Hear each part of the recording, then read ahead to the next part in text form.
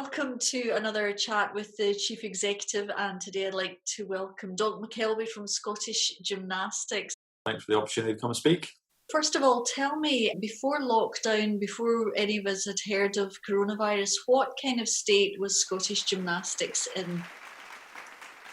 A pretty good state. We have a 12-year strategy, which is probably a little bit unique, and we'd come to the end of the first phase of that.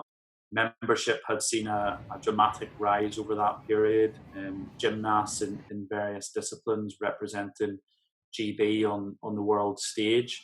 And we were very much into phase two, which was about continuing that growth, working with our clubs as we had been doing, as well as for the first time we were going to be in a position to have a performance program in every one of our disciplines.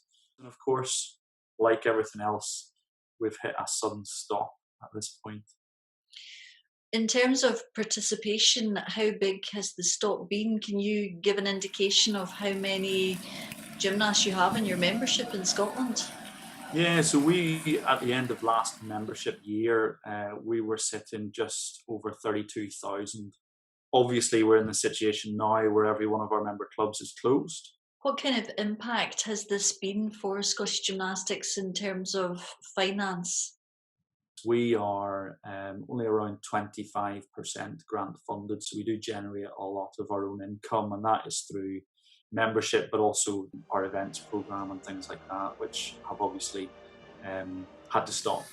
And the events potentially will be one of the last things that we're able to get back to. So yes, there is a financial impact. We don't yet know the exact figures of that because, again, we don't know yet when we will be able to get our activities back and what that phased return may look like.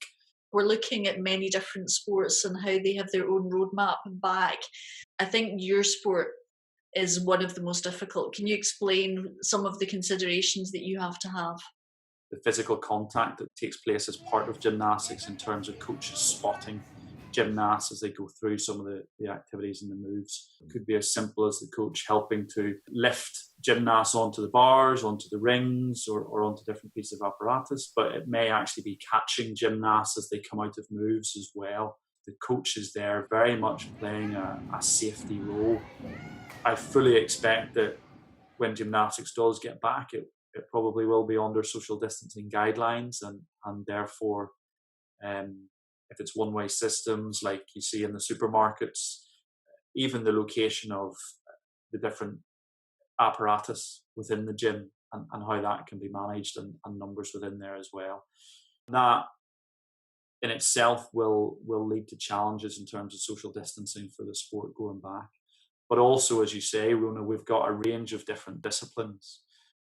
Artistic for men's and women's, which uses a lot of shared equipment, and there will be a lot of spotting in that, right up to acrobatic gymnastics, where it's actually performed in teams of 2 or 3, and there really is no way of performing acro gymnastics without contact, and therefore we've got quite a range of things to consider when we're returning, and it's quite likely that will differ from discipline to discipline, and therefore will also differ from club to club in terms of when they'll be able to get back to activity and what they do. One of our disciplines, rhythmic, can be performed and is performed individually, and gymnasts tend to use their own personal equipment within that. So that's one that maybe we'll be able to get back to a certain level of normality a wee bit quicker than the likes of acro that I mentioned. In terms of equipment and handling equipment, I mean, just even things like rings, bars, what needs to happen to make it safe for the gymnasts? We're working with British Gymnastics and Welsh Gymnastics on this, but also our equipment providers to understand exactly what the cleaning regime may need to be and actually can be in terms of products that can be used on some of this equipment as well to clean it. So you're right, there are a number of challenges there that we're working on and we'll be providing guidance on shortly. I'm sure this is an impossible question to answer, but obviously you're wanting to get your thousands and thousands of young gymnasts back into gyms, of getting your elite gymnasts back in. They've got major championships coming up. When do you think normal is going to look normal again? As you say, Rhona, it's the impossible question, really, to put a specific timeline on that at this stage, and all we hear about is the new normal. So, in terms of the clubs going back, we hope that there are different options to get different disciplines and different levels of activity back, maybe earlier than others. I don't think that is going to be within a matter of weeks. I think it is more likely to be a matter of months, really, but it is, as you say, impossible to put a timeline on it.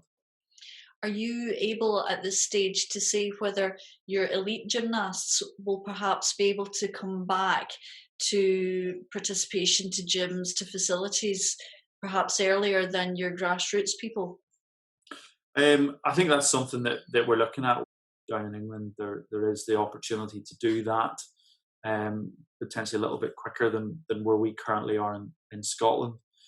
So it's something that we'll need to consider. We also don't have the luxury that British Gymnastics have of having our own facility to be able to do that. So again, it is about working with partners to see what might be possible.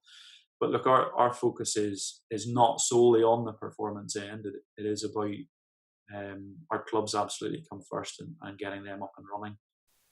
Of course, Scotland has a Commonwealth Games to furnish a team for as well, Birmingham 2022. This started in March. We're already now approaching the summer months. Is there a fear that perhaps things could be compromised to the run-up to these Commonwealth Games? That is very much at the forefront of our thinking in the disciplines that are Commonwealth disciplines for us. So yes, it is going to be a challenge. It is going to impact on that run-up. Hopefully we will come out of this and be able to get those gymnasts back in the gym and back training.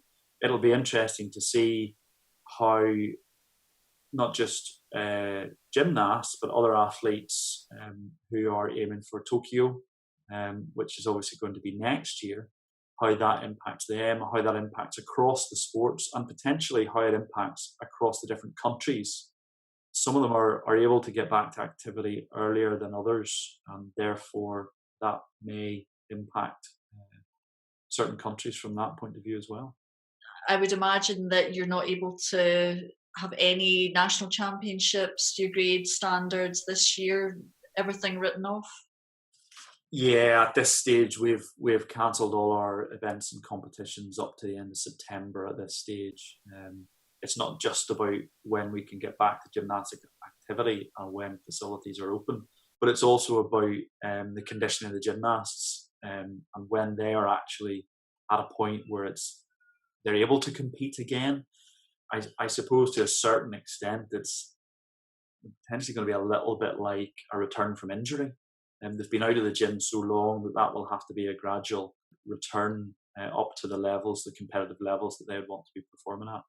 A number of our championships would act as qualifiers into British events and things like that. And you're right, our Scottish Artistic Championships should have been at the end of March. I think pretty much the first weekend after lockdown went in. So disappointing, but obviously understandable to cancel that, and we also should have had some Scottish gymnasts competing at on the world stage in the European Championships in Sweden for trampoline, tumbling, and double mini trampoline. So they've missed out on a great opportunity, including some that would have been selected for their first time at senior level.